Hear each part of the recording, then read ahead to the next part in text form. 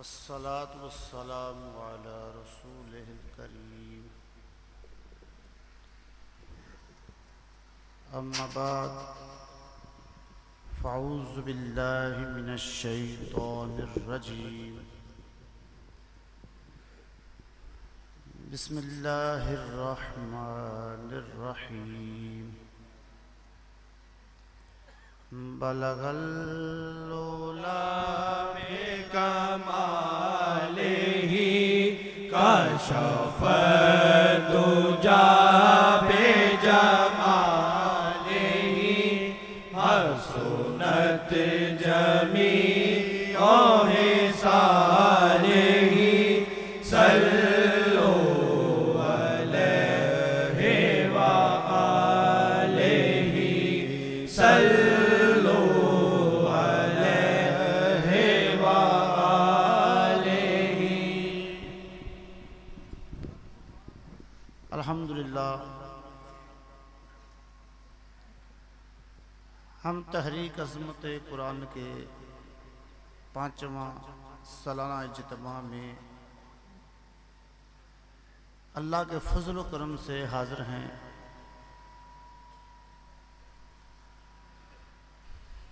बड़ी दूर दराज से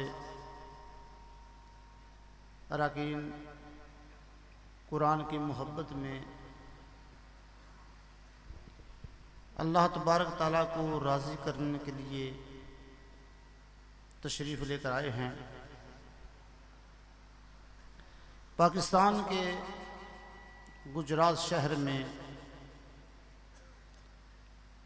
जहाँ से ये तहरीक अज़मत कुरान का आगाज़ हुआ, क्योंकि इस वक्त हमारे साथ इंटरनेट के ज़रिए बैरून मुल्क से भी लोग हमारे साथ इस महफ़िल में मौजूद हैं। FM रेडियो के ज़रिए तो अल्लाह तबारक ताला ने जो गुजरात की, पाकिस्तान के गुजरात शहर की धरती को ये शर्फ बख्शा कि जब कुरान की बेअदबी का तूफ़ान बरपा हो गया, कुरान और साहिब कुरान की मोहब्बत दिलों से जा रही थी, तो उम्मत के दिल में कुरान की अहमियत पैदा करने के लिए अल्लाह ने तहरीक अज़मत कुरान के वजूद को पैदा फरमा दिया। अल्हम्दुलिल्लाह, उस 5वें सालाना इज्तिमा में हम आज मौजूद हैं। आप अपनी मसरूफियात छोड़कर इस इज्तिमा में अल्लाह की मोहब्बत के लिए, दीन की परवान के लिए, दीन को तक़वियत देने के लिए, अल्लाह और उसके महबूब अलैहिस्सलाम के झंडे को बुलंद करने के लिए तशरीफ़ लेकर आए हैं। खुशनसीबी है हमारी कि अल्लाह तबारक ताला ने हमें अपने दीन की खातिर सफ़र करने की तौफीक अता फरमाई है। जो दीन की खातिर सफ़र करता है, अल्लाह तबारक ताला ने अपने महबूब सल्लल्लाहु अलैहि वसल्लम के ज़रिए से ये ऐलान फरमा दिया कि जो दीन के रास्ते में सफ़र करे, दीन की खातिर घर से निकले,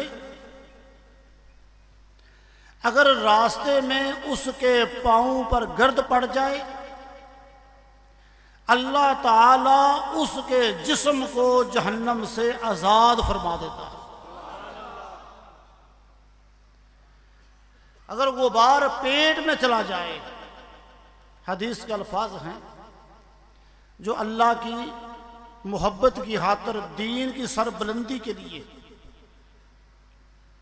दीन की तक़वियत के लिए सफ़र करे घर से,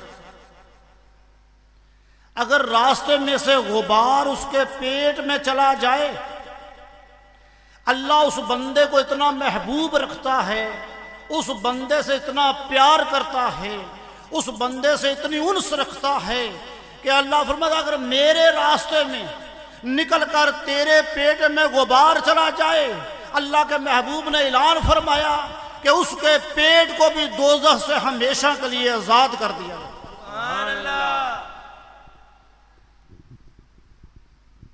कितने खुश नसीब हैं वो राकीन जो अपनी ख्वाहिशात को छोड़कर, अपनी मंशा को छोड़कर अल्लाह को राज़ी करने के लिए तहरीक अज़मत कुरान के प्लेटफार्म पे जमा हुए हैं। दुआ है रब्बे करीम से अल्लाह तबारक ताला हमारा जमा होना अपनी बारगाह में कबूल फरमाए। आमीन। मेरी गुजारिश है अगर इस बज़म में हमारे भाई अखबार वाले मौजूद हैं तो हमारा लिखते हुए किसी मुकाम पर भी दरूद अखबार में ना लिखें। कुरान की कोई आयत अखबार में तहरीक अज़मत कुरान की तरफ से लिखने की इजाज़त नहीं है। हम क्योंकि इसका शऊर पैदा करने के लिए निकले हैं, जो अखबार के ज़रिए बेअदबी हो रही है, तो हमारी तरफ से ये गुजारिश है कि किसी मुकाम पर भी अखबार में अल्लाह का नाम न लिखे। हमारी तरफ से अपने मौजू की तरफ हम चलते हैं। कोशिश फरमाएं कि मोबाइल बंद रहे, मैसेज चेक न करें, साइलेंट पे लगा दें। हमारा फ़ोन सुनने की वजह से, मैसेज चेक करने की वजह से कोई ऐसी बात गुजर रही हो जिससे ज़िंदगी बदलनी है, दूसरे के लिए नुकसान का बायस न बन जाए। आज हमारे इस माशरे में बेटा उस मां को तलाश कर रहा है जिस मां की दुआ से तूफानों के रुख मुड़ जाते थे। बेटा बीमारी से शिफा पा जाता था। अगर कैद में होता तो मां की दुआ से वो कैद से निजात पा जाता। जब मुआशरे का बेटा बाशऊर होता है, उसे एक बात बार बार सुनने को मिलती है कि मां की दुआ से बेटा कैद से रिहाई पा जाता है। मां का रिश्ता बड़ा मुकद्दस है। मां की दुआ से बेटे की तकदीर बदल जाती है। अगर बेटे की जिंदगी में अंधेरा आ जाए मुसीबतों का, मां दुआ करे तो रोशनी में तब्दील हो जाता है। बेरोजगार बेटे को मां की दुआ से रोजगार मिल जाता है। दुश्मन पर मां की दुआ से बेटा फतह पा जाता है। ये सुन सुनकर काफी जिंदगी का हिस्सा गुजरता जाता है, मगर आज बेटे को मां तो मिल रही है, मगर मां से वो दुआ नहीं मिल रही। उसने सुन तो रखा है बार बार जब से बाशऊर हुआ कि मां की दुआ से बेटा एड़ियां नहीं रगड़ता। उसे कैंसर हो जाए, मां की ममता तड़पे कैंसर से निजात। मौत आ जाए, मां की दुआ से मौत दरवाजे से मुड़ जाती है। ये सारे मामलात, ये सारी गुफ्तगू बेटा सुनते सुनते जिंदगी गुजारता है। मगर आज बेटा जिस मुसीबत में भी फंस जाए, उस पर कैंसर वार्ड हो जाए, उसे मां की दुआ फायदा नहीं देती, कैंसर में फोत हो जाता है।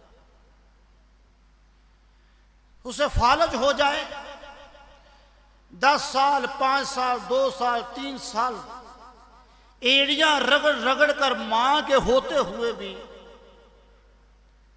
दम तोड़ देता है।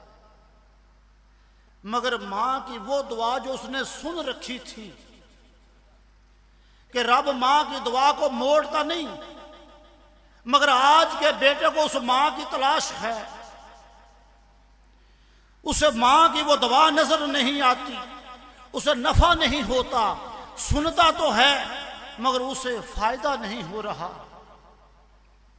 अगर बैरून मुल्क फंस जाए, उसे बैरून मुल्क से रिहाई नहीं मिलती। अगर बेरोजगार है, उसके बाप की दवा जो उसने हदीस पाक सुन रखी होती है कि बाप की रजा में खुदा की रजा है, यह हकीकत है। जो बाप चाहता है वही खुदा चाहता है। मगर आज के बेटे को, आज की बेटी को उल्ट नजर आ रहा है। बाप चाहता है मेरा बेटा बाहर से जल्दी घर आ जाए, बीमारी से शिफा पा जाए, रोजगार बन जाए, इसी घर में रहे, घर छोड़कर ना जाए। मगर बाप की वो रजा नजर नहीं आती। बाप काफी कोशिश करता है मगर बेटे की कोई मुश्किल हल नहीं होती। समझ नहीं आती बेटे को मैं किसके पास दुआ के लिए जाऊं, क्योंकि मां से बढ़कर अल्लाह के नबी के बाद मां से बढ़कर इतना खूबसूरत, इतना मुकद्दस, इतना जामिया रिश्ता इंसान के लिए और कोई नहीं। अब मां का दामन छोड़कर कहां जाए। परेशान है आज का बेटा। माशरे में वो बेटी, वो बेटा उस मां को तलाश कर रहा है जिस मां का हाथ उठता था लौटने से पहले पहले दवा की मकबूलियत का परवाना आ जाता था। मगर आज मुआशरे को वो मां नहीं मिल रही।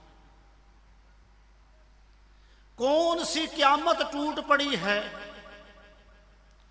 कौन सा ऐसा तूफान आ गया है, आखिर ऐसी क्या वजह बनी कि मां का ताल्लुक रब से वो नहीं रहा। अब रब हमारी मां की दुआ को कबूल नहीं करता, हमारे बाप की रजा में रजा नहीं रखता। रिश्ता तो वही है, मां तो वही है, मगर बच्चे को फैसिलिटी नहीं मिल रही।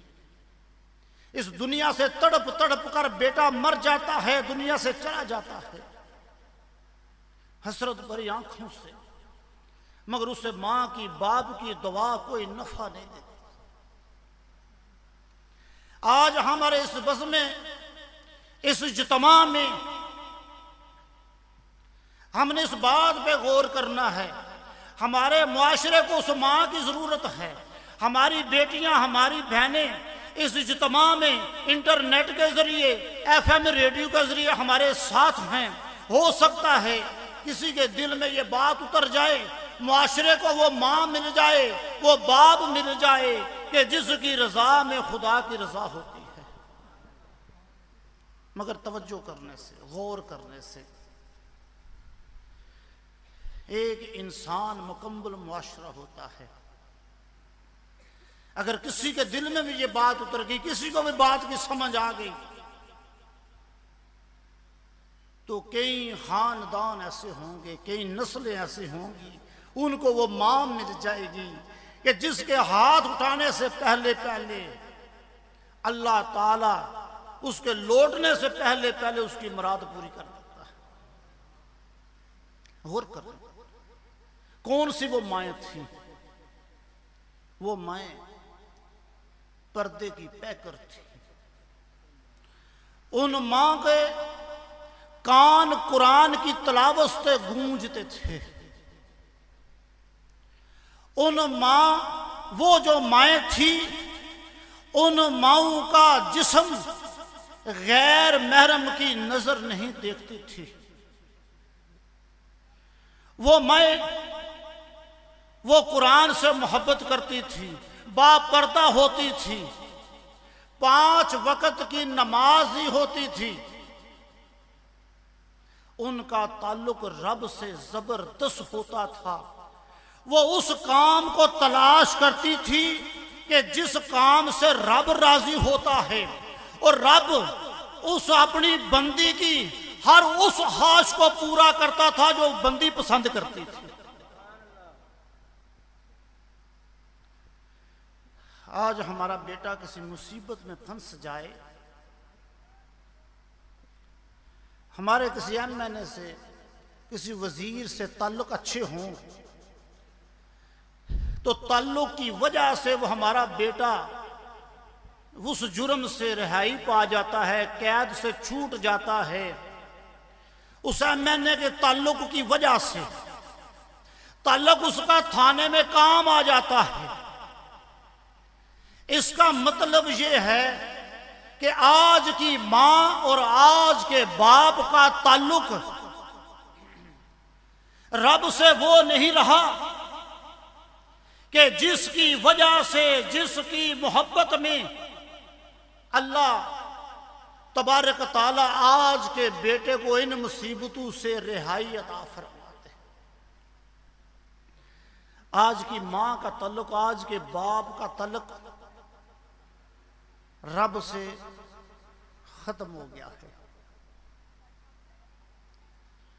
वो मां जिसके लिबास को देखकर, आज की मां जिसके लिबास को देखकर बेटे की नजर शर्म से झुक जाए, वो गैरत में डूब जाता है। जब सुबह उठता है, मां के लिबास को देखता है, मां के अज़ा को देखता है, बेटे की नजर शर्म से झुक जाती है। और जिस मां को जिस्म छुपाने का हुक्म है कि अपने बेटे के सामने भी अपने अज़ा का इजहार ना करना, यह रब का हुक्म है। और जिस मां के जिस्म से, लिबास से बेटे को जिस्म नजर आए, उसके अज़ा नजर आए, बेहयाई जन्म ले और घर बेहयाई का डेरा बन जाए, और जिसको रब ने छुपाने का हुक्म दिया है, उसकी नमैश शादी में, प्रोग्राम में, बाजार में, गली बाजार में होती हो। जिस मां के जिस्म को देखकर मखलूक दोज़ख का ईंधन बनती हो। कई लोग जिस जिस रास्ते से मां गुजर रही है, माशरे की मां, और जिसके करीब से गुजर रही है, किताब अल तरगीब में हदीस पाक लिखी है, जो औरत घर से खुशबू लगाकर निकले, जो औरत घर से खुशबू लगाकर निकले, जरा गौर करना, हमें पता चल जाएगा कि आज कैंसर से शिफा किस तरह हो सकती है, आज एड्स से शिफा किस तरह हो सकती है, आज बेटा बेरोजगार था, रोजगार किस तरह हो सकता है। इस बात का आज बाखूबी पता चल जाएगा कि हर खराबी किस जगह पर मौजूद है। नबी पाक सल्लल्लाहु अलैहि वसल्लम ने फरमाया, अगर कोई औरत खुशबू लगाकर घर से निकले, फरमाया कि वो औरत जानिया है। जरा तवज्जो रखना, हदीस पाक कह रही है। और जिन मर्दों के पास जाकर बैठे वो मर्द मतवज्जो हों, वो मर्द भी जानी हैं। अब जिस माशरे की मां को अल्लाह का महबूब कहे ये बदकार है, ये स्याहकार है, ये जानिया है, फैसला हम करें कि जिस गोद में पलने वाला बच्चा, जिसकी पनाह में परवश लेने वाला बच्चा, जिसको इस्लाम कहता है ये जानिया है, ये बदकार है, ये स्याहकार है, आज की माँ जिसने अपने ऊपर ये फतवा ले लिया अल्लाह के नबी का कि जो औरत खुशबू लगाकर घर से निकले अपने जिस्म का इजहार करे वो जानिया है, जानिया पर रहमत नहीं होती, जानिया अल्लाह को मकबूल नहीं होती, जानिया की दुआ कबूल नहीं होती। अब जो ऐसी औरत है, ऐसी मुआशरे की माँ है कि वो बेटा उस गोद में परवरिश पा रहा है जिस वक्त जिस माँ पर हर वक्त जहमत उतर रही है, अल्लाह का अजाब उतर रहा है, अल्लाह की नाराजगी उतर रही है। अब बेटा माँ का उस गोद में परवरिश पा रहा है कि जिस माँ से रब नाराज है, रब ने ऐलान कर दिया, अल्लाह के महबूब ने ऐलान कर दिया है कि इस औरत ये जिस जगह पर भी होगी उस जगह पर जहमत उतरेगी, रहमत नहीं उतरेगी। हम गौर करें कि जिस घर में आज की मां की शाम इस हाल में होती है कि वो गाने को पसंद करती है, फिल्म को पसंद करती है, ड्रामे को पसंद करती है, उसके घर में हर वक्त गाना गूंजता है, उसकी रूह में उसके कान में गाने गूंजते हैं। उसकी शाम इस हाल में होती है कि गाना सुनते सुनते आज की मुआशरे की माँ सो जाती है, उसका बाप गाना सुनते सो जाता है और गाना खरीद कर लाता है, गाने पर पैसे खर्च करता है। और आज की वो माँ जिसके कान में कुरान नहीं गूंजता, गाना गूंजता है, फिल्में गूंजती है, ड्रामे गूंजते हैं, उस माँ के घर में, जिस घर में वो माँ रहती है, वो बाप रहता है, उस घर में रहमत नहीं आती, उस घर में शिफा नहीं आती, उस घर में अल्लाह का फजल नहीं आता। क्यों?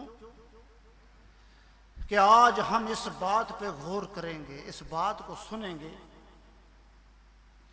कि गाना सुनने वाले लोगों पर अल्लाह तबारक तआला और अल्लाह का महबूब किस कदर नाराजगी का, बेजारी का इजहार करता है। नसर बिन हारिस ने जब देखा कि लोग कुरान की शीरी की वजह से, कुरान सुनकर मुसलमान हो रहे हैं, गानों को छोड़ रहे हैं, कुफर से बेजार हो गए हैं, गफलत से बेजार हो गए हैं, अल्लाह के महबूब अलैहिस्सलाम के दामन में बेबस होते जा रहे हैं। नसर बिन हारिस जो नबी पाक सल्लल्लाहु अलैहि वसल्लम से बुग़्ज़ रखता था, जब उसने देखा कि लोगों के दिल में कुरान की मोहब्बत पैदा होती जा रही है और कुरान की मोहब्बत में ये नमाज पढ़ना शुरू कर दी है, अल्लाह के फरमाबरदार बनते जा रहे हैं, अल्लाह इनकी दुआ कबूल करता जा रहा है, तो उसने एक तरगीब सोची। उसने बाजार से कुछ औरतें खरीदी, उनको गाना सिखलाना शुरू कर दिया। जब वो गाना सीख चुकी तो नसर बिन हारिस कहने लगा कि अब तुम उन लोगों के पास चली जाओ जिसने मोहम्मद अरबी का कलमा पढ़ा है और कुरान की बरकत की वजह से, कुरान की शीरी की वजह से वो नमाजी बन चुके हैं, उनको जाकर गाना सुनाओ, उनके सामने रक्स करो और जब तुम गाना सुना चुको तो उनसे सवाल करना, सहाबा से सवाल करना कि अब बताओ कि गाने की लज्जत ज्यादा है या कुरान की लज्जत ज्यादा है, गाने में ज्यादा लज्जत आती है या नमाज पढ़ने में ज्यादा लज्जत आती है। नसर बिन हारिस ने नबी पाक सल्लल्लाहु अलैहि वसल्लम की दुश्मनी में गाने का आगाज किया, गाने का इंतजाम किया, तो अल्लाह तबारक तआला को गुस्सा आ गया। अल्लाह तबारक तआला ने कुरान की आयत उतार दी, सूरत उतार दी, सूरत लुकमान आयत नंबर 6। बिस्मिल्लाहिर्रहमानिर्रहीम उलाइका लहुम अज़ाबुम मुहीन। अल्लाह तबारक तआला ने कुरान पाक में ऐलान फरमा दिया, फरमाया जिल्लत का अजाब है उन लोगों के लिए जो गाना खरीदते हैं, गाना बोलते हैं, गाना पसंद करते हैं और गाने में लज्जत लेते हैं और गाने को तकवीयत देने के लिए वो उसका हिस्सा बनते हैं। जो गाने में तकवीयत का जरिया बने, रब ऐलान फरमाता है, रब्बे कायनात उसके लिए वाज़िया ऐलान फरमाता है कि उस जालिम के लिए, उस बदकार के लिए, उस गुनाहगार के लिए जिल्लत का अजाब है। वो मेरे सामने जलील इंसान है कि जो गाने को पसंद करे और गाने को आम करे और गाना खरीदने पर पैसे खर्च करे। अल्लाह ने ऐलान फरमा दिया कि जिस घर में गाना चले और जो औरत, जो मर्द गाने को पसंद करे, अल्लाह ऐलान फरमाता है कि उसके लिए मेरे पास जिल्लत का अजाब है।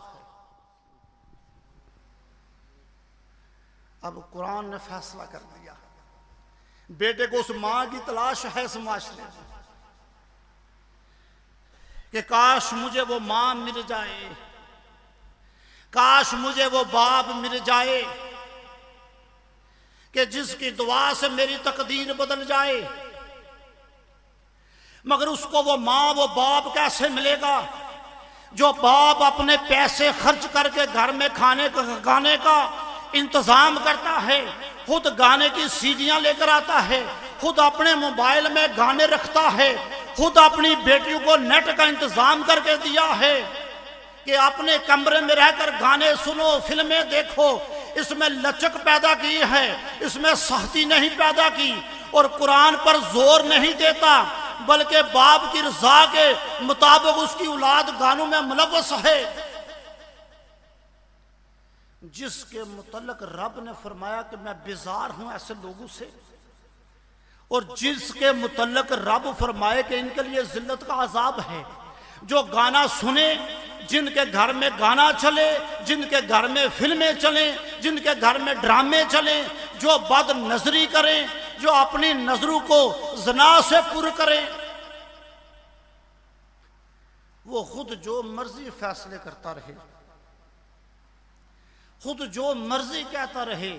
नहीं नहीं, ऐसा नहीं होगा। आज के मुआशरे में चलता है, कुरान हर मुआशरे में तरोताजा है, कुरान का हुक्म हर मुआशरे में तरोताजा है। उसी तरह है जिस वक्त कुरान उतरा था, आज भी उसका हुक्म वैसे ही है जैसे वो उतरा था। अब फैसला आपके हाथ में है। कुरान मैंने आपके सामने पढ़ दिया, कहानी किस्सा बयान नहीं किया, मैंने कुरान बयान किया है।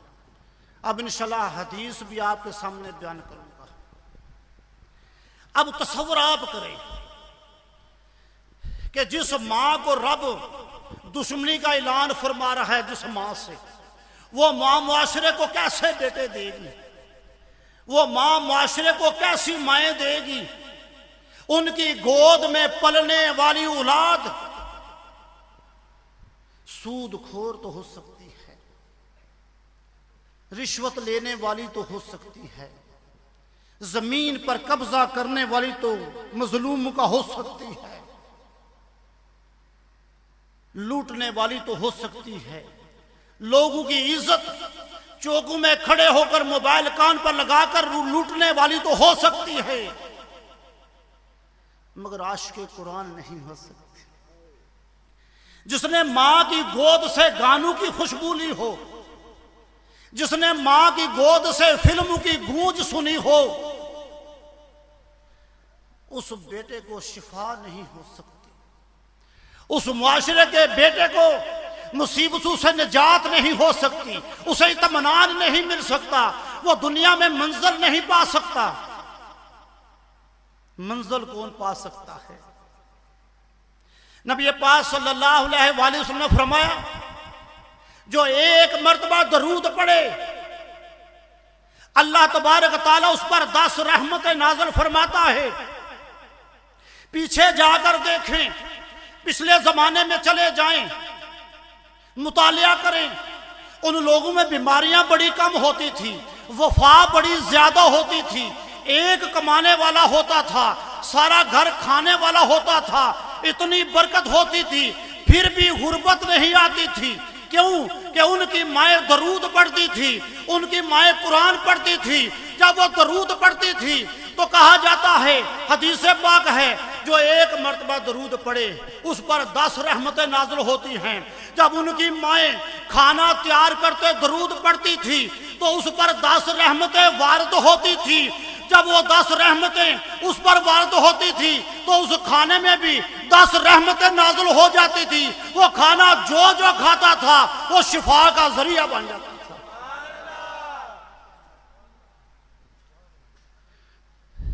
वो कुरान पढ़ती,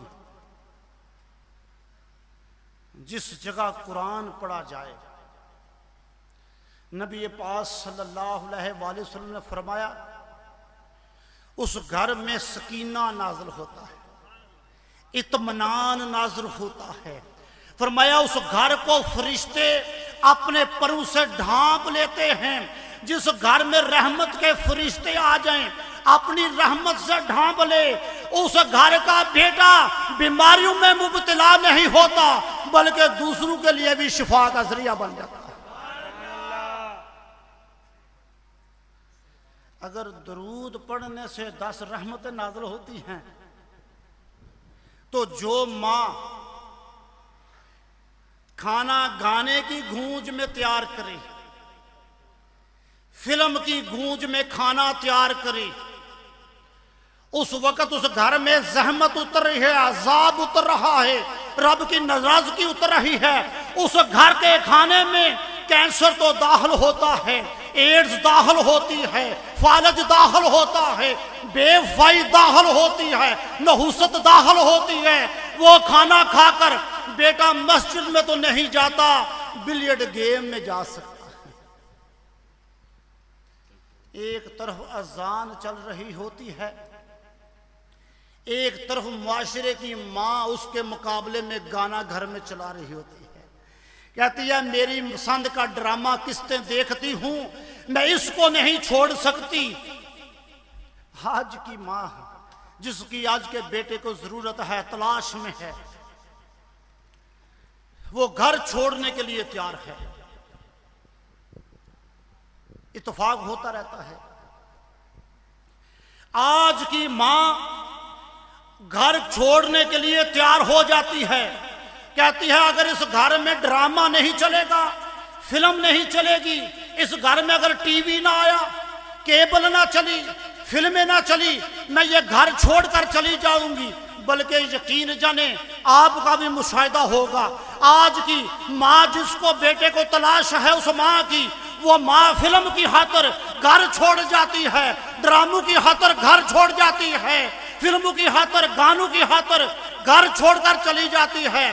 कई खानदानों आपस में लड़ाई करवा देती है, मगर गाना नहीं छोड़ती, सब रिश्ते छोड़कर चली जाती है। आज की माँ इस बात पर तलाक लेने के लिए तैयार है,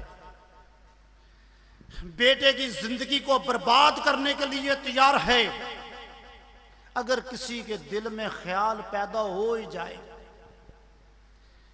कि आज के बाद मैं अपने घर में फिल्म नहीं चलाऊंगा, गाना नहीं चलाऊंगा, तो वो उसकी माँ, उसकी बीवी कहती है अगर गाना नहीं चलेगा तो मैं इस घर में नहीं रहूंगा।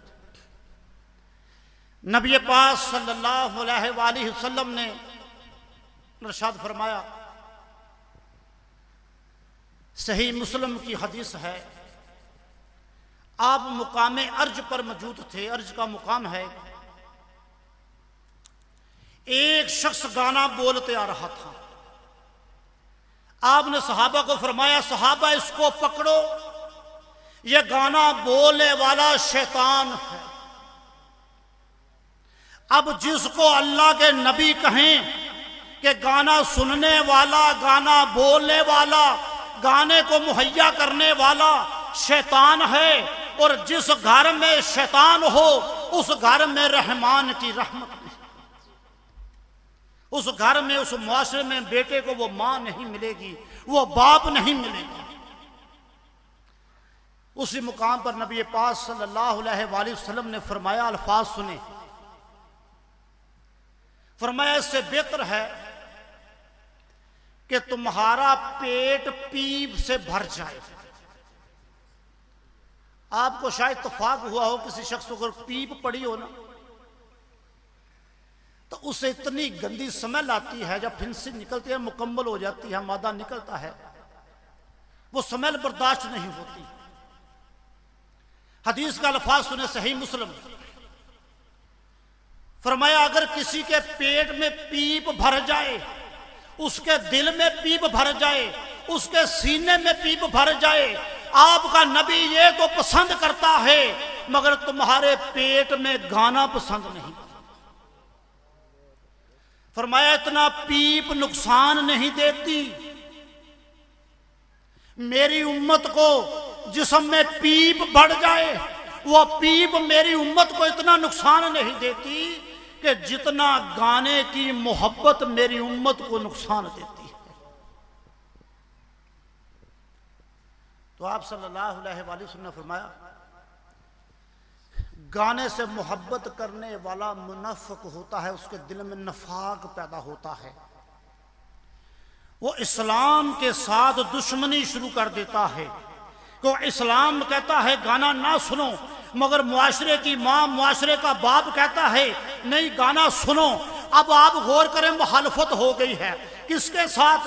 रब फरमाता है कि तेरे लिए जिल्लत का अजाब है, मैं तुझे नापसंद करता हूं, और जिसे रब नापसंद करे उस घर में रहमत नहीं आ सकती, उस घर में बरकत नहीं आ सकती, उसका बेटा शिफा नहीं पा सकता, उसके बेटे का मुस्तकबिल नहीं संवर सकता। और जिसको कुरान में रब दुश्मनी का ऐलान फरमा दे, नाराजगी का इजहार कर दे, उस माशरे के बेटे को वो मां बाप नहीं मिल सकती, जलील तो हो सकता है इस दुनिया में भी, उस दुनिया में भी। नबी पाक सल्लल्लाहु अलैहि वसल्लम फरमाया, बुखारी शरीफ की हदीस अर्ज करना लगा कि कोई गाने वाले के पास बैठे, अभी ये गाना बोलेगा, मैं इसे गाना सुनूंगा। फरमाया कल बरोज़े क़यामत, मैंने नहीं कहा, अगर आप कहेंगे तो हदीसें मेरे पास मौजूद हैं, मुझ पे इतराज न करना, हदीस बयान कर रहा हूं जिसमें शक नहीं है।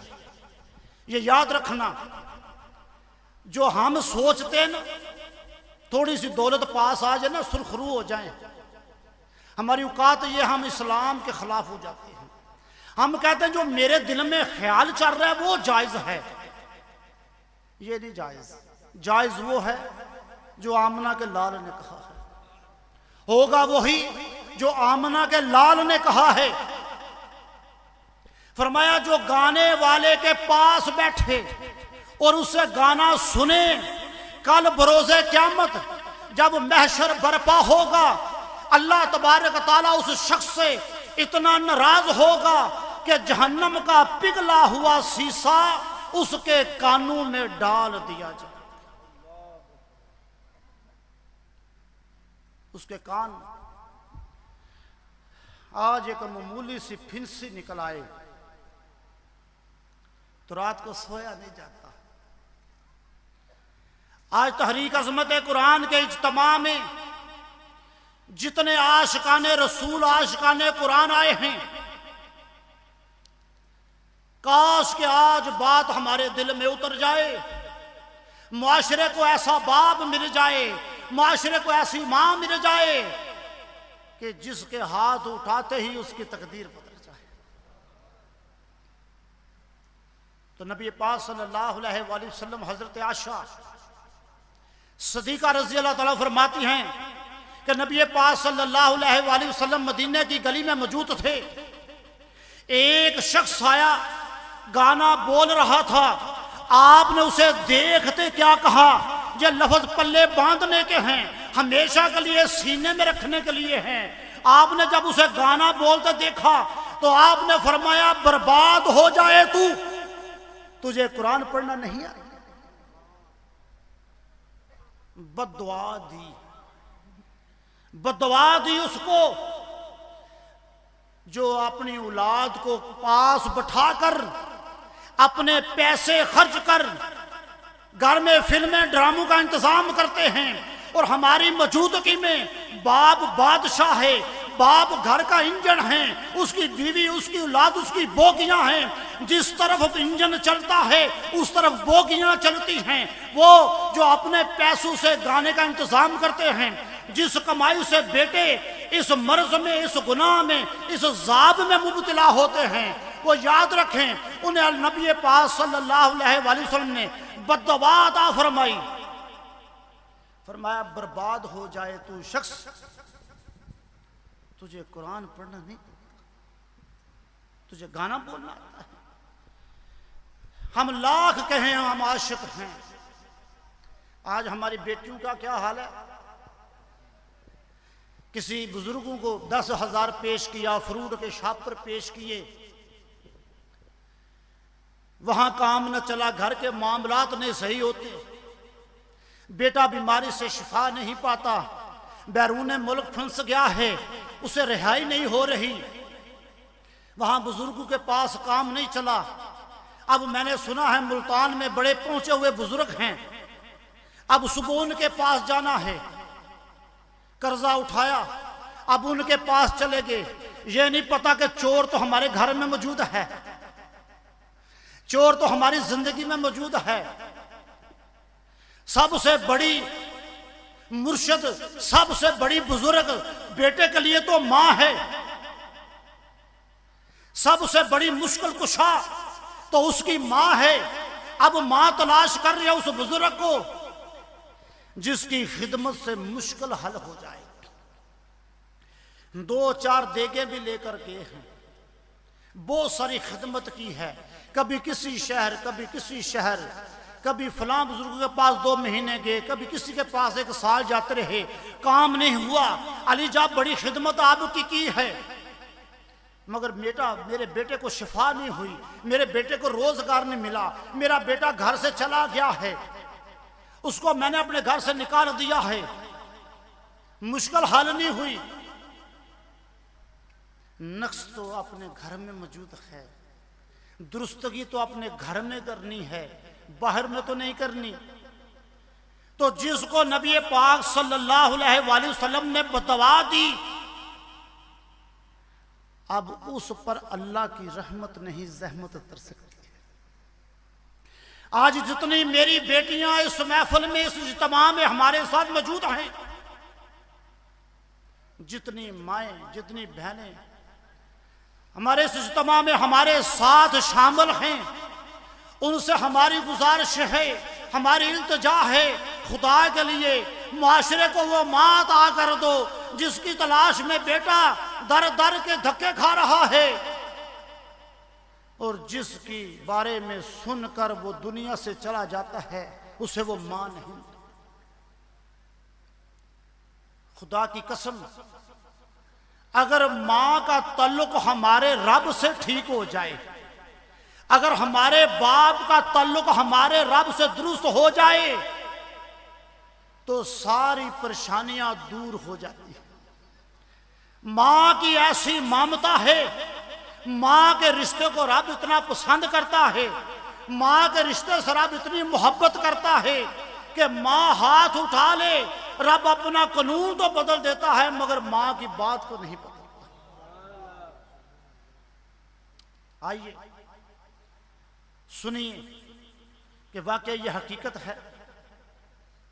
नबी पाक सल्लल्लाहु अलैहि वसल्लम की खिदमत बाबरकत में एक महाजर औरत आई अपने बेटे को साथ लेकर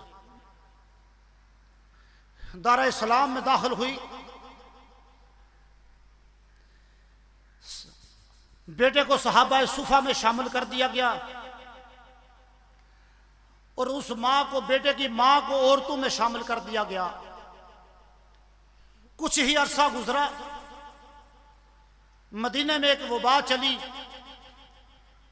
जिसकी वजह से, जिस बीमारी से वो बेटा इंतकाल कर गया। आप सल्लल्लाहु अलैहि वसल्लम ने उसके कफन दफन का हुक्म दिया। फना से गुस्ल दिया जाए, कफन का इंतजाम किया जाए। जब सारे इंतजाम किए गए तो आप अलैहिस्सलाम ने फरमाया इसकी मां को भी इत्तला दे दो ताकि जाती दफा अपने बेटे का चेहरा देख ले। जब उसकी मां को इत्तला दी गई तो मां की ममता जब तशरीफ लेकर आई तो अपने बेटे को देखा, दोनों पांव अपने बेटे के पकड़ लिए, फोत शुदा बेटे के पांव पकड़ लिए और अपने रब से मुहातब हो गई। वो मां अपने रब से गुफ्तगू करने लगी। वो मां जिस माशरे को, जिस मां की आज के बेटे को जरूरत है, वो मां नबी पाक सल्लल्लाहु अलैहि वसल्लम की मौजूदगी में, सहाबा की मौजूदगी में अपने रब से मुहातब हो गई। कहने लगी मालिक मौला, मैंने कलमा तेरी मोहब्बत में पढ़ा है, मुझे मजबूर नहीं किया गया। मैं अपना कबीला छोड़ के आई हूं तेरी मोहब्बत में, मैं अपने घर वालों को छोड़ा है तेरी तेरे महबूब की मोहब्बत में। ऐ मालिक मौला, अब ये बेटा मेरा फोत हो गया है, अब मुझ में इतनी ताकत नहीं कि मैं दोबारा कबीले में वापस जाऊंगी। तो मेरे कबीले वाले कहेंगे तू उस रब का कलमा पढ़ के आई है कि जिस रब ने तेरे बेटे को मार दिया है। ऐ मालिक मौला, मुझे तुझसे मोहब्बत ही ऐसी है कि मैं तेरे मुतलका ये ताने बर्दाश्त नहीं कर सकती। अब ये इस बेटे के बगैर मेरे बुढ़ापे का जीना मुश्किल है। ऐ मालिक मौला, अब मुझे लोग सवाल करेंगे, मुझे दुश्मन बुत परस्त कहेंगे तू कैसा कलमा पढ़ के आई है कि अपने बेटे को घूम कर आई है, अपने बेटे को घुमा के आ गई है। तेरे बेटे को तेरे रब ने तुझे छीन लिया है, उसने रब का कलमा पढ़ के आई है। ऐ मालिक मौला, इस बंदी ने तुझसे मोहब्बत की है। आज एक माँ की ममता ये सवाल करती है, अल्लाह के नबी मौजूद हैं, कहती है आज माँ अपने रब से अपने बेटे को मांगती है। देखना ही देखना था, अल्लाह के महबूब इस मंजर को देख रहे थे कि रब ने उस माँ की ममता को अपना कानून बदल दिया मगर माँ की दुआ को नहीं बदला, उसके बेटे की रूह को वापस लौटा दिया। सुभान अल्लाह, नाराए तकबीर, नाराए रिसालत, नाराए रिसालत, नाराए हैदरी, तहरीक अज़मत कुरान जिंदाबाद, फैज़ान कुरान जारी रहेगा इंशाअल्लाह। कानून बदल दिया, कानून। रूह को वापस करना रब का कानून नहीं है मगर मां की ममता रब को इतनी पसंद है, मां की तड़प रब से बर्दाश्त नहीं होती। दो सहाबिया का वाक़या, सरकार सल्लल्लाहु अलैहि वसल्लम की मौजूदगी में दो माओं ने ऐसी दुआ की कि फोत शुदा बेटों को जिंदगी मिली। सुभान अल्लाह। और नबी पाक सल्लल्लाहु अलैहि वसल्लम के पर्दा करने तक वो बेटा जिंदा रहा। लंबी जिंदगी पाई उस बेटे। उस मां की तलाश है आज के बेटे, जिस मां के अभी हाथ वापस नहीं लौटते, हाथ वापस नहीं लौटे, गुफ्तगू मुकम्मल नहीं हुई, रब ने उसकी जान वापस कर दी। वो मां कुरान की आशिक थी, वो मां पर्दे की पाबंद थी, वो मां रब से मोहब्बत करने वाली थी, वो मां रब की मंशा में चलने वाली थी। हर वक्त इस तलाश में रहती थी कि मेरा रब क्या बाअमल पसंद करता है। मगर अफसोस, सद अफसोस, आज के बेटे को, आज की बेटी को वो मां नहीं मिल रही कि जिसकी दुआ से उसकी तकदीर बदल जाए, जिसकी दुआ से उसे बीमारी से शिफा मिल जाए, जिस मां की दुआ से घर में इत्तेफाक पैदा हो जाए। जो भाई सारी जिंदगी इकट्ठे खेलते रहे, आज उस घर में इतनी बेइत्तेफाकी है, एक दूसरे को देखना पसंद नहीं करते। आज इतनी नहुसत हमारे घर में वारद हो गई, इतनी बेबरकती हमारे घर में डेरे डाल दिए। अगर कोई बीमार हो जाए तो उसे बीमारी से शिफा नहीं। नबी पाक सल्लल्लाहु अलैहि वसल्लम ने फरमाया, उस वक्त तक कोई बीमारी जमीन पर नहीं उतरती जब तक 70 शिफाएं जमीन पर पहले न उतरे। शुगर, एड्स, ब्लड कैंसर, कोई ऐसी बीमारी नहीं जिसकी 70 शिफाएं जमीन पर मौजूद ना हो। शिफा का मतलब यह है कि उन 70 में से एक भी खा ली जाए, बीमारी से मुकम्मल शिफा। मगर गौर करें, हमें शिफा क्यों नहीं हो रही? जिस घर में गाना चलता हो, जिस घर में फिल्में चलती हों, जिस घर में ड्रामे चलते हों, जिस घर में बदनिगाही होती हो, जिस मुआशरे की माँ ऐसा लिबास पहने कि जो जो उसको देखता जाए वो दोज़खी होता जाए, जो मुआशरे में, जो आज की माँ मुआशरे की बर्बादी का जरिया बन जाए। आज एक माँ कितने खानदान को दोज़ख में लेकर जा रही है।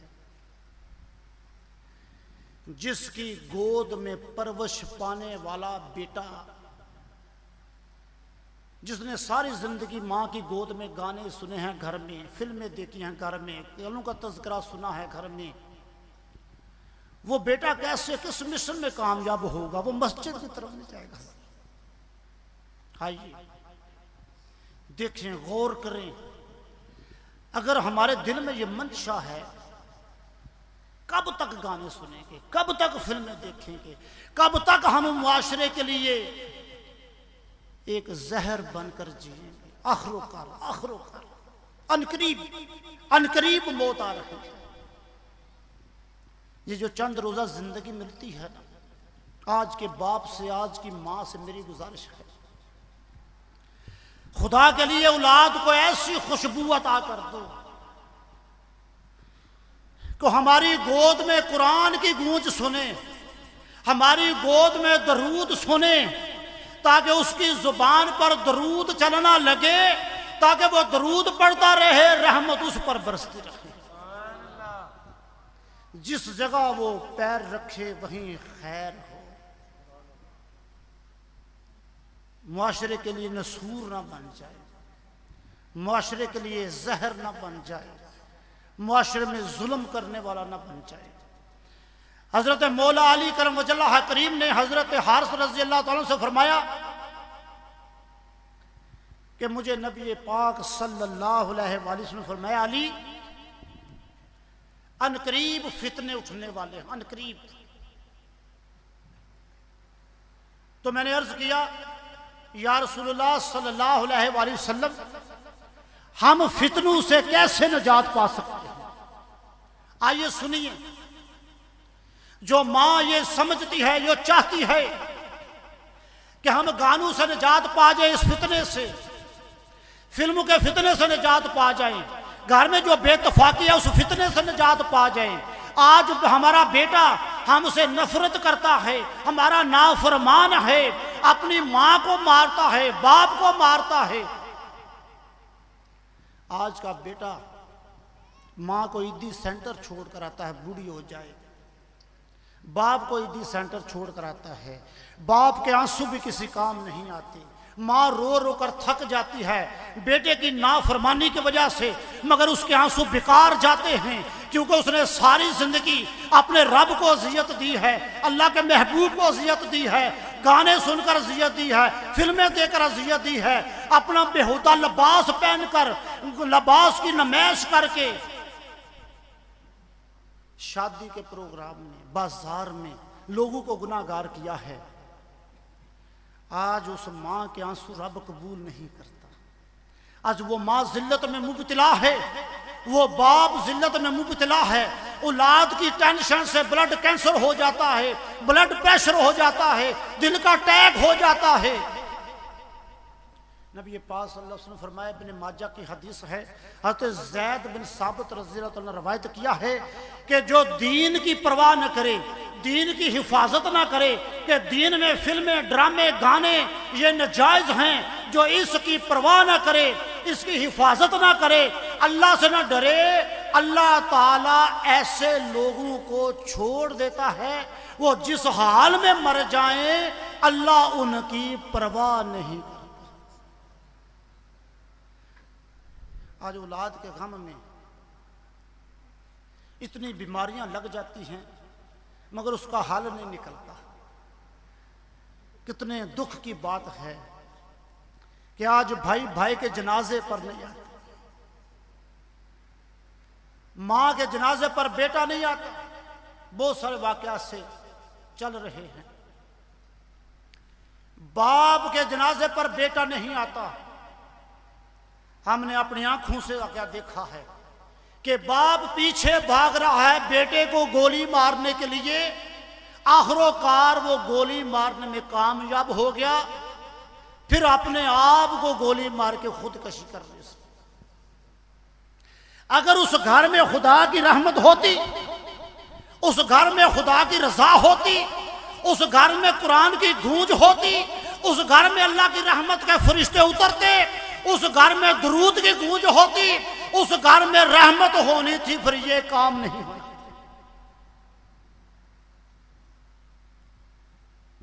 हजरत मौला अली करमजल्लाह करीम ने फरमाया, इन तमाम आफतों से बचने के लिए नबी पाक सल्लल्लाहु अलैहि वसल्लम फरमाया, अली अगर तुम चाहो इन फितरों से बचना, क़यामत तक जो मेरी उम्मत इन फितरों से बचना चाहे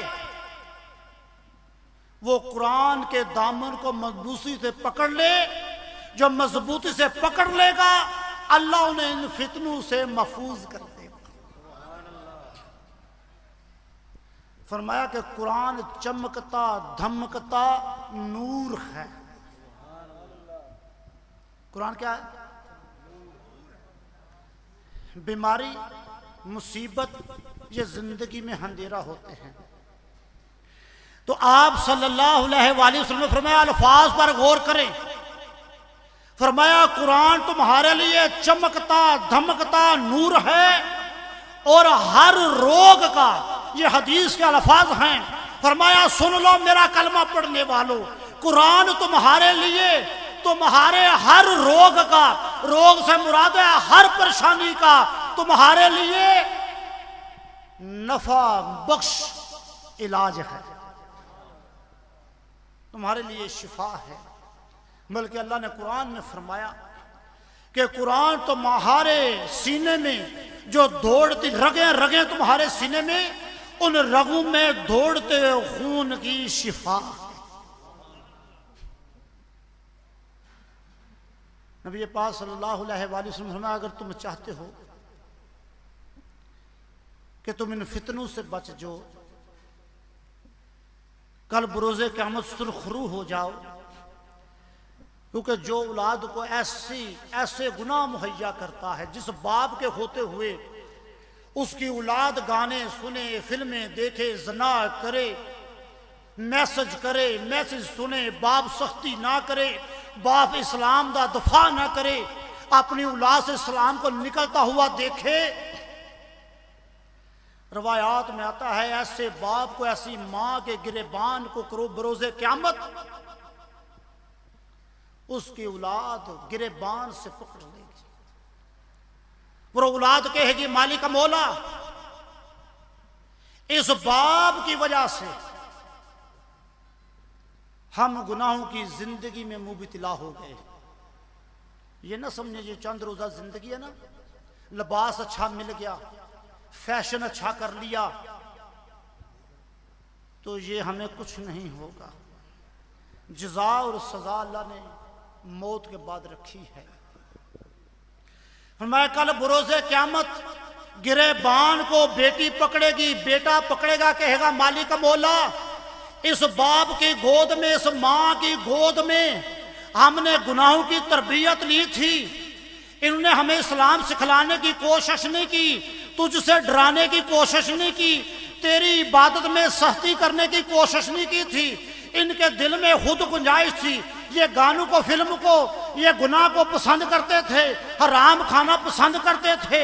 हमने इनके साए में परवरिश पाई, हमने इससे तरबियत पाई, हम भी गुनाह में मुबतला रहे, हमारा दिल तेरी तरफ जाने को नहीं करता था, हम मुजरम इनकी वजह से बने हैं। आज तेरी बारगाह से हम इंसाफ मांगते हैं।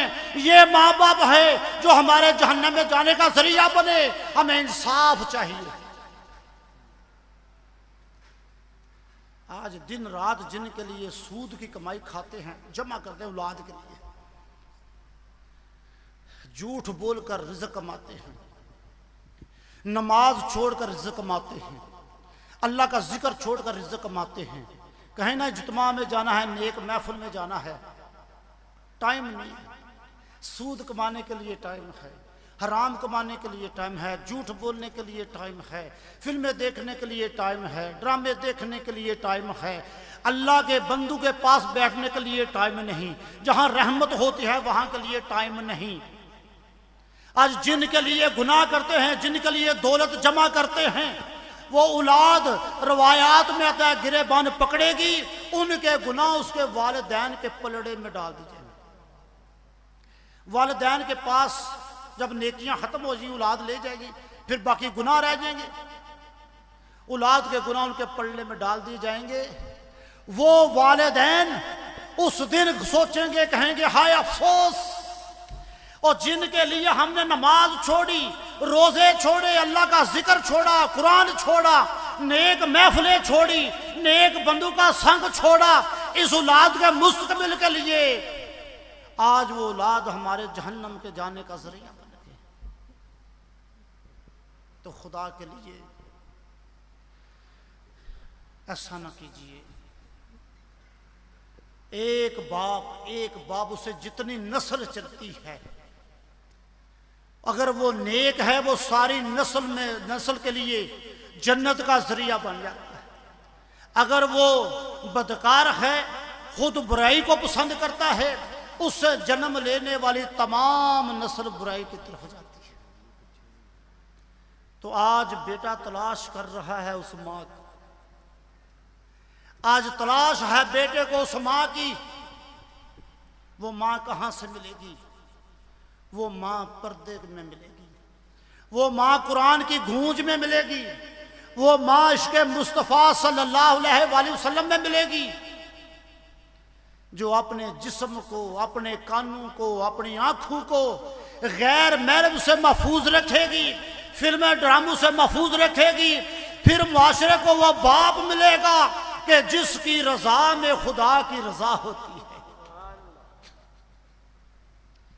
जो गानों से बगावत कर देगा, फिल्मों से बगावत कर देगा, अपने दिल में ऐलान कर देगा कि मैं आज के बाद गाने नहीं सुनूंगा, फिल्में नहीं देखूंगा। नबी पाक सल्लल्लाहु अलैहि वसल्लम ने फरमाया कि जिसके दिल में एहसास पैदा हो जाए, जिसके दिल में शर्मिंदगी पैदा हो जाए, वो जितना भी गुनाहगार हो, वो तौबा पर माइल हो जाए, फरमाया एक शख्स बड़ा गुनाहगार था, गुनाह करते करते उसकी जिंदगी गुजर गई। एक दिन उसने सुना, उसे इत्तफाक हुआ, उसके दिल में एहसास पैदा हुआ, खौफ पैदा हुआ कि मैंने तो एक दिन मर जाना है, मैंने अपने रब के रूबरू हाजिर होना है। मेरे रब ने मुझे गुनाहों के लिए पैदा नहीं किया, मेरे रब ने तो मुझे अपनी इबादत के लिए पैदा किया है, कुरान के लिए पैदा किया है। नबी पाक सल्लल्लाहु अलैहि वसल्लम फरमाते हैं, ऐ मेरे सहाबा, एक गुनाहगार के दिल में एहसास पैदा हुआ, शर्मिंदगी पैदा हुई, मुझे तो अल्लाह का नेक बंदा होना चाहिए। अल्लाह ताला को उसकी शर्मिंदगी इतनी पसंद आ गई, उसका एहसास इतना पसंद आ गया कि अपने फरिश्तों को हुक्म दिया कि ऐ फरिश्तों, मेरे बंदे के दिल में एहसास पैदा हो गया है, शर्मिंदगी पैदा हो गई है, मुझे वो मेरा बंदा इतना पसंद आ गया है कि जिसके दिल में मेरा एहसास पैदा हो जाए, इससे पहले कि ये बंदा हाथ उठाकर मुझसे सवाल करे, मेरी शान ये है कि हाथ उठाने से पहले पहले इसके नामे माल से सारे गुनाह माफ कर दो। सुभान अल्लाह।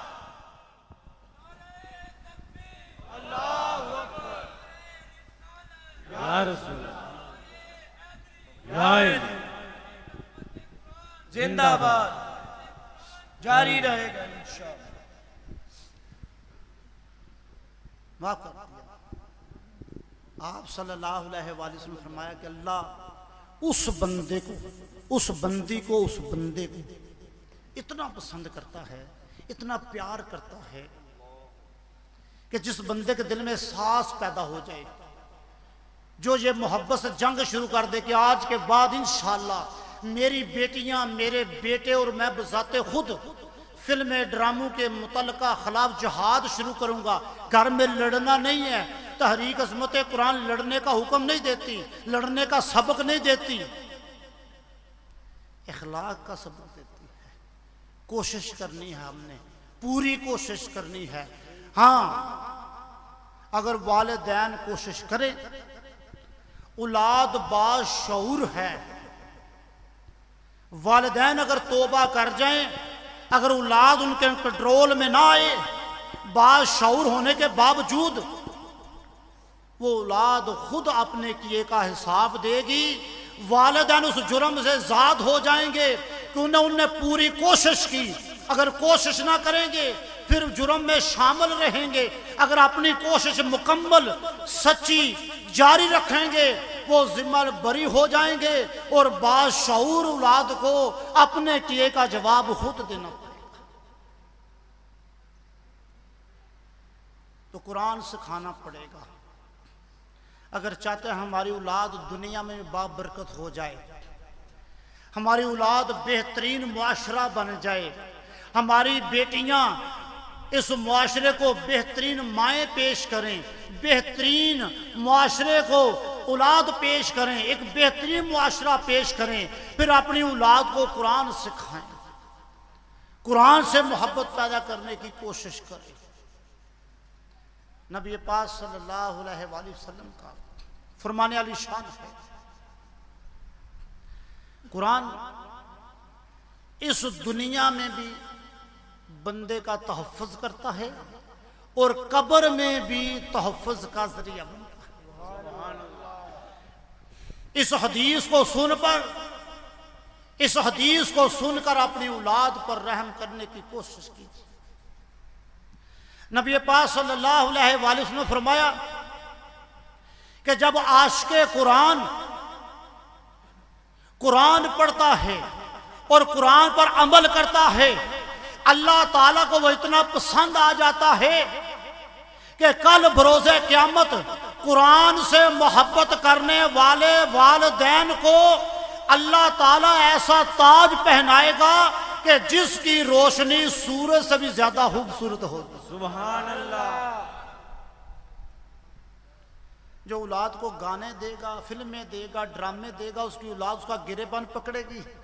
जो औलाद को कुरान की मोहब्बत देगा, वो उसकी औलाद उसको इज्जत का ताज अता करेगी। नबी पाक सल्लल्लाहु अलैहि वसल्लम ने फरमाया कि कब्र के अंदर जब कुरान पढ़ने वाला, कुरान से मोहब्बत करने वाला, कुरान का तहफ़्फ़ुज़ करने वाला कब्र में जाएगा तो अजाब के फरिश्ते आ जाएंगे। जब पांव की तरफ आने लगेंगे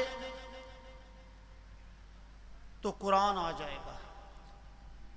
वो पांव कहेंगे आज मेरी तरफ अजाब लेकर ना आना, क्योंकि ये पांव वो हैं जो कुरान के लिए चलकर जाया करते थे। जब दाईं तरफ से आएगा कुरान आगे हो जाएगा, बाईं तरफ से आएगा कुरान आगे हो जाएगा।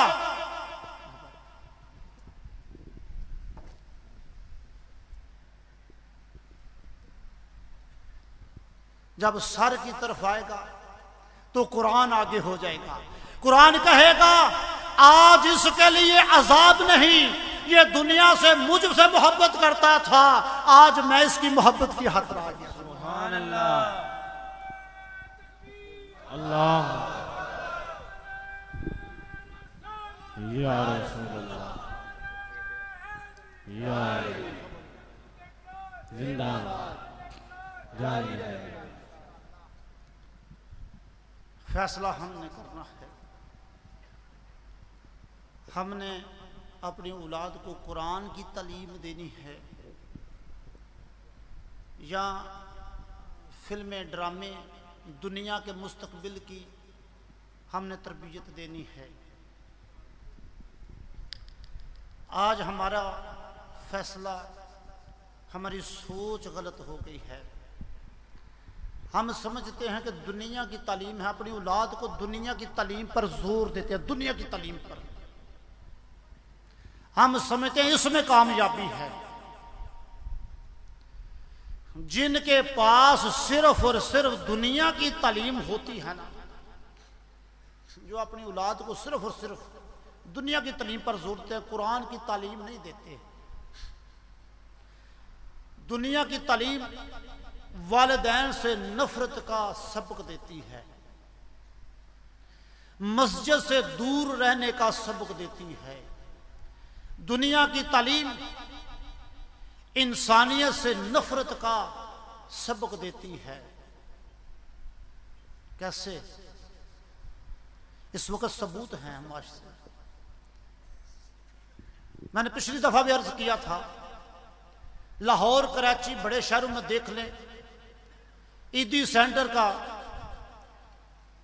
जो ने ऐसे लोगों के लिए वो जगह तैयार की है, पढ़े लिखे लोग जिनके पास दुनिया की ज्यादा तालीम है, बूढ़े माँ बाप को वहां छोड़कर आ जाते हैं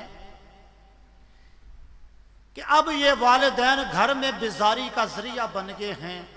इनसे हमारी इज्जत में फर्क पड़ता है, क्योंकि दुनिया के दौलतमंद जब लोग आते हैं तो ये बूढ़े माँ बाप दिखाने से हमारी इंसल्ट होती है। वो ईदी सेंटर छोड़कर आ जाते हैं वालिदैन का। कुरान की तालीम कहती है कि बूढ़ा माँ बाप जो जो उसको देखे और जितनी बार देखे, अल्लाह उतनी बार उसे मकबूल हज का सवाब अता करता है। सुभान अल्लाह, अल्लाहु अकबर, या रसूल अल्लाह, या अली, जिंदाबाद, जारी रहेगा इंशाअल्लाह। अब अगर मेरी बात पे गुस्सा आए कुछ लोगों को तो ईदी सेंटर की तरफ गौर करना, कहीं मैं गलत बयानी तो नहीं कर रहा। वो औलाद दुनिया की तालीम गलत नहीं है, हम इससे गलत नहीं कहते। हम कहते हैं मुसलमान के पास दुनिया की तालीम सबसे ज्यादा होना चाहिए, सारी कौमों से ज्यादा होनी चाहिए, मगर कुरान की तालीम भी उससे ज्यादा होनी चाहिए। दुनिया की तालीम, जितना जोर दुनिया की तालीम पे दिया जाता है, इतना जोर कुरान की तालीम पर भी दिया जाए तो ये दोनों जायज हैं। जो सिर्फ और सिर्फ दुनिया की तालीम पर जोर देते हैं, उनका मुशाहिदा इशारा मैं कर देता हूं, देख आप लेना कि जो सिर्फ दुनिया की तालीम पर जोर देते हैं वो इस्लाम से दूर भागते हैं, वो मस्जिद से दूर भागते हैं। नमाज ज़ोहर के वक़्त आपने विज़िट कर लेना, विज़िट करते ही रहते हैं। जब नमाज ज़ोहर का वक़्त होगा तो दुनिया की तालीम वाले लोग आपको रेस्टोरेंट के सामने गाड़ियां खड़ी मिलेंगी, मस्जिद के सामने नहीं मिलेंगी। जितने शादी हाल हैं, रेस्टोरेंट हैं, नमाज मगरिब के वक़्त, नमाज ज़ोहर के वक़्त, नमाज ईशा के वक़्त देख लेना, आपको मस्जिद के सामने नहीं मिलेंगे। जिनके पास कुरान की तालीम नहीं, कुरान की मोहब्बत नहीं, वो आपको रेस्टोरेंट में तो मिलेंगे। उनकी औलाद जो अपनी औलाद को दुनिया की तालीम का जोर देते हैं, वो आपको बिलियर्ड गेम में तो मिलेगी, मगर नमाज मगरिब के वक़्त मस्जिद में नहीं मिलेगी। खुदा की कसम रोना आता है कि आज मुसलमान की औलाद उधर नमाज मगरिब होती है, उधर बिलियर्ड गेम में रक्स के सामने साज बज रहा होता है, गाने बज रहे होते हैं, म्यूजिक की थाप में वो बिलियर्ड गेम खेल रहे होते हैं, उधर जान चल रही होती है, वो जान का मुकाबला कर रहे होते हैं।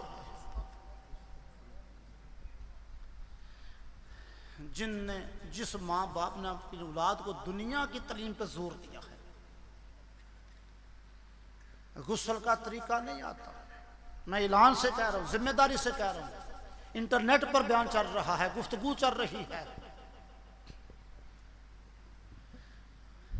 बड़े बड़े तालीम याफ्ता जिन्हें, आपको बड़ा पता है, सूरत इखलास भी नहीं आती, सूरत इखलास नहीं आती, जिनकी दुनिया की तालीम के ढंके हैं और जिन्हें सूरत इखलास नहीं आती, उन्हें गुस्ल करना कैसे आता हो? यकीन जाने बड़े बड़े लोगों से सवाल किया है, बीए से भी आगे कई कोर्स किए हैं, मगर गुस्ल का तरीका नहीं आता। जिसे बाप का जनाजा नहीं आता, उसके दुनिया में आने का मकसद ही कसूर किसका है? उस मां बाप का, उस मां का जिसकी बेटे को तलाश है, उस बाप का जिसकी बेटे को तलाश है। तो आज तो मुसलमानों की गलियों में, मुसलमानों के घरों में अजान के वक्त गाना चलता, स्टेज शो चलता, फिल्में चलती दिखाई देते हैं। फैसला आपके हाथ में। आज की माँ से मेरा सवाल है, मेरी गुजारिश है तहरीक अज़मत कुरान की, कि खुदा के लिए हर एक दिन मर जाना है, ये फिक्र ना करें। आज की बेटी को ये पैगाम है, हो सकता है किसी के दिल में उतर जाए, जो खुशबू लगाकर घर से गैर महरम के पास जाकर बैठकर नौकरी करती है, वो कल बरोज़े क़यामत अल्लाह को क्या मुंह दिखाएगी? उसका यकीन इस बात पर मजबूत हो चुका है कि अगर इस दफ्तर में मैं बेपर्दा होकर ना आऊंगी, खुशबू लगाकर ना जाऊंगी, मुझे रोजी नहीं मिलेगी। तो उस नबी की उम्मती है कि जिस नबी ने हुक्म फरमा दिया कि अभी बंदा दुनिया में नहीं आता, मां के पेट में होता है तो फरिश्ता उसका रिज़्क लिख जाता है। आज तौबा कर ले। आज की बेटी को मेरा पैगाम है, ऐसी तौबा कर ले, अपने घर में पर्दे में अल्लाह से मोहब्बत कर ले। जो अल्लाह से मोहब्बत कर ले, अल्लाह उसे दुनिया और आखिरत में रसवा नहीं होने देता। तो जिन्होंने दुनिया में सिर्फ दुनिया की तालीम अपनी औलाद को दी, आज मुआशरा इस हद तक पहुंच चुका है, जो दर्द तहरीक अज़मत कुरान लेकर निकली है, जो पैगाम मुआशरे को देना चाहती है, जो पूरी दुनिया में जिस बात से आगाही देना चाहती है, मुसलमानों को दिखलाना चाहती है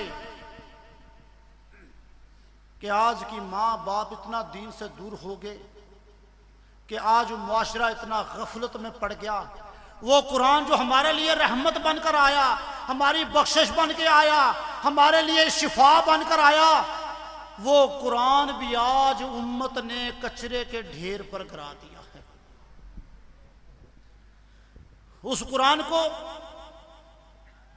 वो दरूद जिसके पढ़ने से 10 रहमतें नाज़िल होती हैं, जिस दरूद को खुद खुदा पढ़ता है, जिस दरूद पढ़ने से घर में छमा छम रहमतें बरसती हैं, वो दरूद वो नामे मोहम्मद सल्लल्लाहु अलैहि वसल्लम जो सारी जिंदगी हमारी बख्शिश के लिए रोते रहे।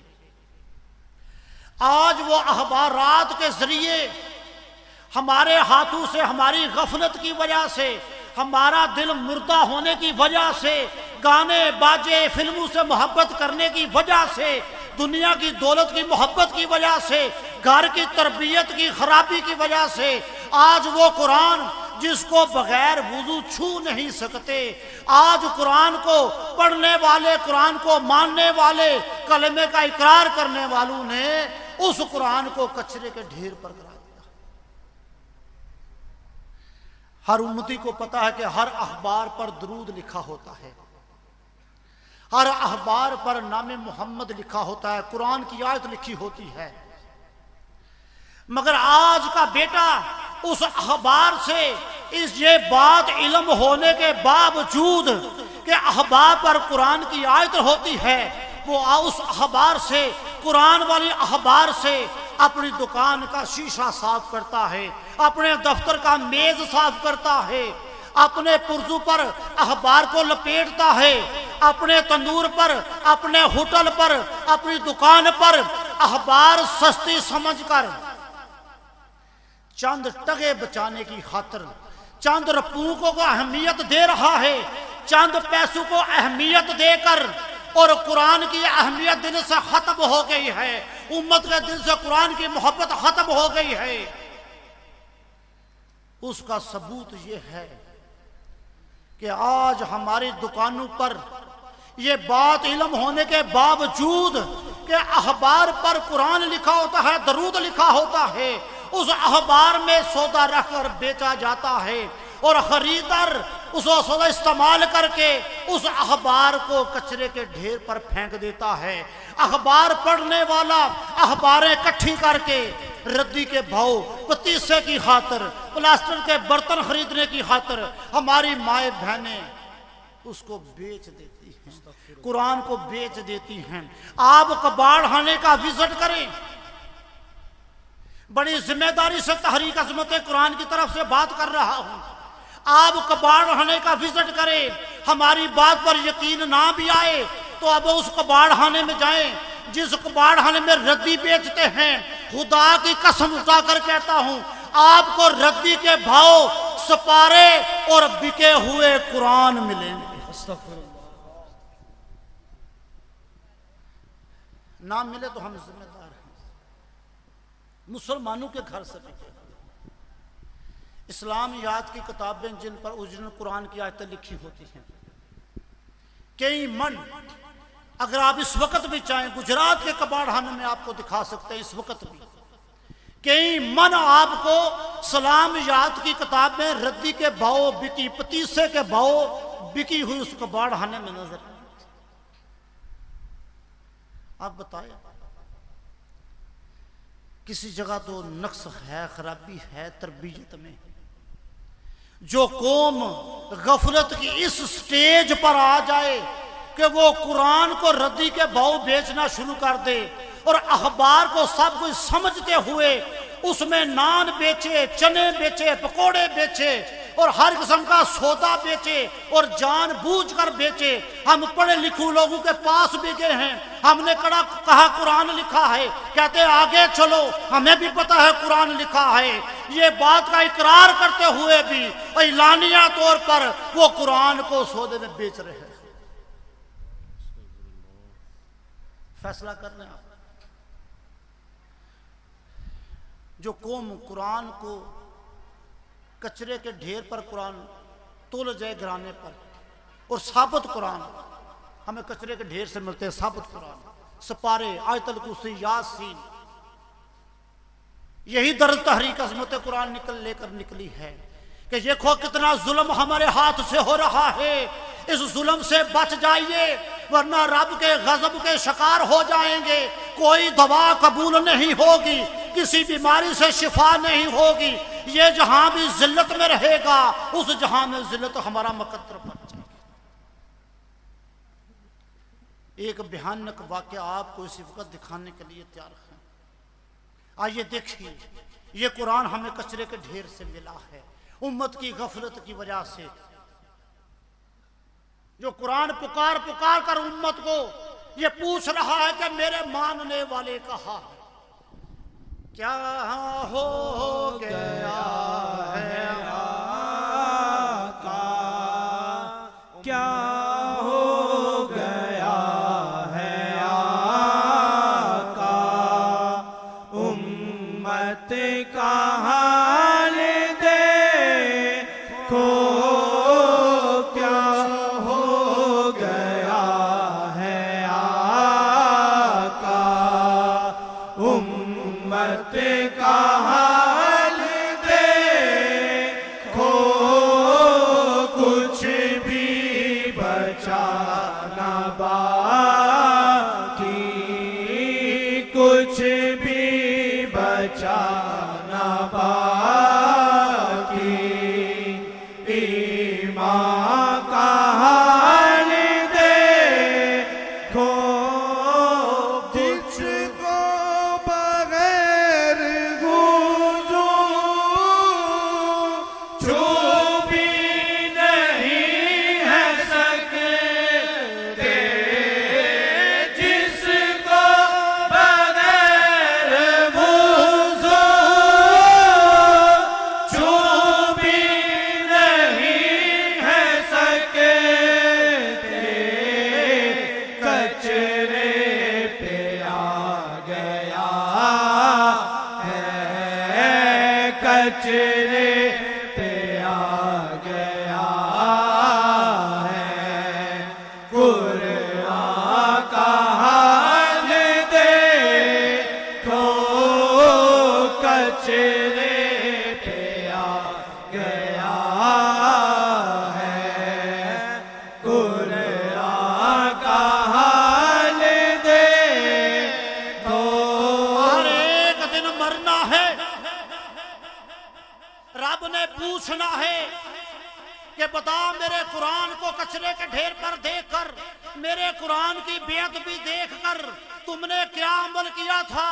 जब हमने कब्र में जाना है उसका नक्शा खींचते हुए शायर ने कहा है, पूछेगा रब जो हमसे कुरान का हाल क्या है, पूछेगा रब जो हमसे कुरान का हाल क्या है, किस मुंह से ये कहेंगे, किस मुंह से ये कहेंगे, कचरे पे वो पड़ा है, किस मुंह से ये कहेंगे, कचरे पे वो पड़ा है। अरकीन से ये इल्तिजा है, तहरीक अज़मत कुरान के इस कारवां से शमूलियत का दिल में ऐलान फरमा दे, ताकि कल बरोज़े क़यामत जब मौत के वक्त हम कब्र में जाएं तो रब अगर हमसे पूछे कि कुरान का हाल क्या है, तो हमारे जवाब से पहले फरिश्ते कह दें, कुरान कह दे, या अल्लाह ये बंदा तो मेरी हिफाजत वाले काफिले में शामिल था, सुभान अल्लाह, ये तो मेरे तहफ़्फ़ुज़ वाले काफिले में शामिल था, ये तो तहरीक अज़मत कुरान के काफिले में ऐलान कर दिया था कि आज मुझे पता चल गया है कि मेरे रब के कुरान की बेअदबी हो रही है। कभी अखबार के जरिए बेअदबी होती है, कभी इस्लामियात की किताब के जरिए बेअदबी होती है, कभी रसाइल के जरिए बेअदबी होती है, कभी किसी न किसी तरीके से मुसलमानों के घर से कुरान गंदी नाली में जा रहा है, कचरे के ढेर में जा रहा है। या अल्लाह ये तो मरने वाला वो है कि जिसने उस काफिले में शमूलियत का ऐलान कर दिया था। सुभान अल्लाह। अल्लाहु अकबर। या रसूल अल्लाह, या अली, जिंदाबाद, जारी रहेगा इंशाअल्लाह। अब इसके अदब के लिए निकलना, इसके तहफ़्फ़ुज़ के लिए निकलना हर मुसलमान पर फर्ज आइन। अल्लाह तबारक तआला ने कुरान पाक में फरमाया, जिसने मेरे महबूब अलैहिस्सलाम की आवाज से आवाज बुलंद की, उसके सारे नेक अमाल ज़ाया कर दूंगा, और जिसके होते हुए, जिसके तंदुरुस्त होते हुए, दौलतमंद होते हुए हजूर के दरूद पर लोग पांव रखकर गुजरे, जिसको अखबार के जरिए गंदी नाली में फेंका जाए और आशिक मोहब्बत का दावा करने वाला उसमें शमूलियत ना करे, उसे बचाने की कोशिश ना करे, उस जंग में शामिल ना हो, वो सरकार को कौन सा मुंह दिखाएगा। अल्लाह तबारक ताला ने आदम को अदब के लिए पैदा किया है। आदम की डेफिनेशन करें तो अदब निकलता है, अगर अदब नहीं तो आदम नहीं, अगर आदम नहीं तो अल्लाह को हमारी किसी इबादत की जरूरत नहीं, वो हमारी और फरिश्तों की इबादत के बगैर भी वो खुदा है। अगर हमारे अंदर अदब है तो फिर हमारी इबादत भी कबूल है। वो जो सारी जिंदगी हमारी बख्शिश के लिए रोते रहे, ये देखें उनके नाम को, उनके रोजे मुबारक को उम्मत ने किस कदर बेदर्दी के साथ बेचा और फिर कचरे के ढेर पर फेंक दिया, और तहरीक अज़मत कुरान इसको जाकर कचरे के ढेर से उठाकर लाई। कोई रो लेता है ऐसे आका का नाम सोचो, कोई रो लेता है ऐसे आका का नाम सोचो, कोई रो लेता है ऐसे आका का नाम सोचो, रोते थे किसकी खातिर, रोते थे किसकी खातिर, आका जरा तो देखो, रोते थे किसकी खातिर, आका जरा तो देखो, जिस नाम पे मलाइके सल्ले अला पुकारे, जिस नाम पे मलाइके सल्ले अला पुकारे,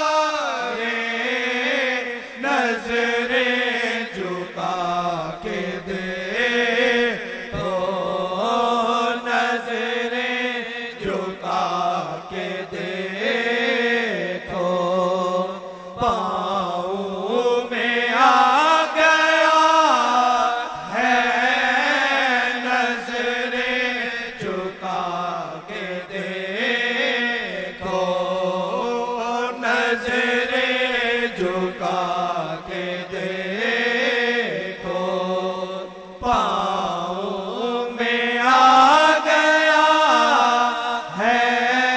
ऐलान फरमाता है हुजूर का दरूद उस आशिक को जो आपसे मोहब्बत का तकाजा करता है, आपकी मोहब्बत का ऐलान करता है, जो दरूद की फजीलत बयान करता है, उस आशिक को दरूद बुला रहा है, उसको नामे मोहम्मद बुला रहा है।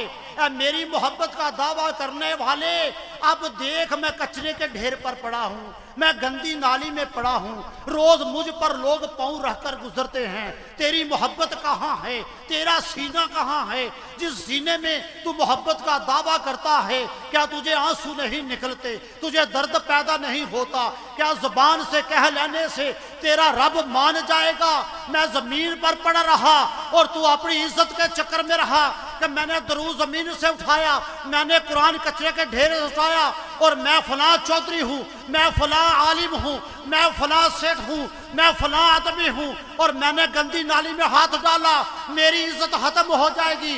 लोग मुझे सलाम करते हैं, दरूद पुकार कर कह रहा है मुझसे प्यार करने वाले, ये बात रब नहीं मानेगा। रब उस वक्त मानेगा जब अपनी इज्जत, अपनी जान कुर्बान कर कहेगा कि मैं हजूर के नाम पर अपनी इज्जत कुर्बान करता हूं। फिर मोहब्बत कबूल होगी, फिर रब की बारगाह में नेक अमाल कबूल होंगे। अगर ये सुनकर भी, ये समझ कर भी हम इस तूफान को रोकने के लिए ना निकले, तो अपने ज़मीर से पूछ लेना, अपने ज़मीर से फैसला ले लेना कि मैंने रब के बारगाह में जाना है, और मुझसे सवाल जरूर होगा कि जब तुमने सुना था कि रब के कुरान के ऊपर लोग पाँव रखकर गुजरते हैं, तेरी गैरत मानी ने क्या अमल किया था? तेरी गैरत ने कहां तक इसको अंजाम दिया था? और जो नेमतें मैंने तुझे दी थी, उससे कुरान को, इस्लाम को क्या नफा दिया था? तो तहरीक अज़मत कुरान यही पैगाम लेकर निकली है कि आए कुरान के करीब हो जाएं। खुदा की कसम, हम कुरान के करीब हो जाएं, सारी की सारी मुसीबतें हमसे दूर हो जाएंगी। अल्लाह के महबूब बने। नबी पाक सल्लल्लाहु अलैहि वसल्लम फरमाया, कुछ लोग अल्लाह के महबूब हैं, अल्लाह उन्हें प्यार की नजर से देखता है, अल्लाह ताला उनसे उन्स रखता है, अल्लाह ताला उनकी हिफाजत फरमाता है। सहाबा ने अर्ज किया, या रसूलुल्लाह सल्लल्लाहु अलैहि वसल्लम, क्योंकि सहाबा का जी चाहता था कि हम भी महबूब बन जाएं। अर्ज किया, या रसूलुल्लाह कौन हैं जो अल्लाह के महबूब हैं? फरमाया, जो कुरान से मोहब्बत करते हैं अल्लाह उन्हें महबूब रखता है। सुभान अल्लाह। हम चाहते हैं कि हम अल्लाह के महबूब बंदों में शामिल हो जाएं, तो आज के बाद अपनी जिंदगी में फैसला फरमा ले कि जब तक जिंदा रहूंगा तहरीक अज़मत कुरान के साथ मिलकर इस बेअदबी के तूफान को रोक कर रहेंगे इंशाअल्लाह। और आज के बाद एक आशिक़े मुस्तफ़ा और जितनी बेटियां हमारे साथ शामिल हैं, हम ऐलान करते हैं कि आज के बाद ना गाना सुनेंगे, ना गाना खरीदेंगे, और ना ही गाना बेचेंगे इंशाअल्लाह। हम अज़मते कुरान के बासबा है बासबा, हम अज़मते कुरान के बासबा है बासबा, हम आका तेरे नाम के बासबा है बासबा, हम आका तेरे नाम के बासबा है बासबा, हम अज़मते कुरान के बासबा है बासबा, हम अज़मते कुरान के बासबा है बासबा। अल्लाहु अकबर। या रसूल अल्लाह, या जिंदाबाद, जारी रहेगा इंशाअल्लाह। आज हमारे साथ भी ऐसा ही काम हो जाए जैसा सरकार सल्लल्लाहु अलैहि वसल्लम उस गुनाहगार के मुतल्लिक़ फरमाया था। हाथ उठाने से पहले काम हो गया। आज हम भी बगावत का ऐलान करते हैं, गाने से बगावत का, फिल्म से बगावत का, ड्रामे से बगावत का। आज हमने ये इरादा करना है, जितने बाप हैं, जितने बाप बनने वाले हैं, जितनी माएँ हैं, जितनी माएँ बनने वाली हैं, इंशाअल्लाह हम मुआशरे को बेहतरीन मुआशरा देकर जाएंगे इंशाअल्लाह। हम कुरान की गूंज को आम करके जाएंगे इंशाअल्लाह। हम दरूद की गूंज को आम करके जाएंगे इंशाअल्लाह। अगर किसी की जिंदगी में इनकलाब आ जाए, आज के इज्तिमा की बदौलत कोई जिंदगी में तौबा कर ले, शैतान की अतात छोड़कर अपनी औलाद पर रहम करते हुए, अपनी नस्ल पर रहम करते हुए, कोई हमारी बेटी, कोई हमारी बहन तौबा कर ले, तो अपने व्यू का इजहार तहरीक अज़मत कुरान के साथ ज़रूर करे। इसके लिए मैं सगीर भाई को कहूँगा कि कुछ नंबर आपको लिखवा दें, ताकि उस नंबर पर आप राब्ता करें, ताकि अगर कोई तौबा कर ले तो उसकी तौबा दूसरों के लिए भी तौबा का जरिया बन जाए। सुभान अल्लाह। अल्लाह ताला हमें अमल करने की, उस पर चलने की तौफीक अता फरमाए। आमीन।